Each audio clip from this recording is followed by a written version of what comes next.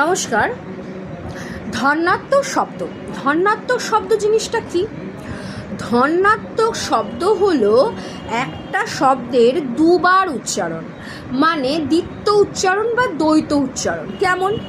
যেমন কুকুরের ডাক। কুকুরের ডাক হচ্ছে ঘেউ ঘেউ। কুকুরটা ঘেউ ঘেউ করে ডাকছে, দুবার উচ্চারণ করলাম, ঘেউ শব্দটা দুবার উচ্চারিত হলো। যেমন শন শন করে বাতাস বয় বা শন শন করে বায়ু বয়, ঝনঝন করে কাঁচগুলো ভেঙে গেল, গুড়ু গুড়ু করে মেঘ ডাকছে, গুড়ু গুড়ু গুড়ু গুড়ু ঘন মেঘ গরজে। তাই তো?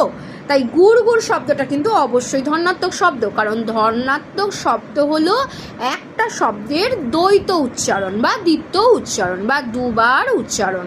গুড় গুড়। আচ্ছা, কল কল নদীর ধ্বনি,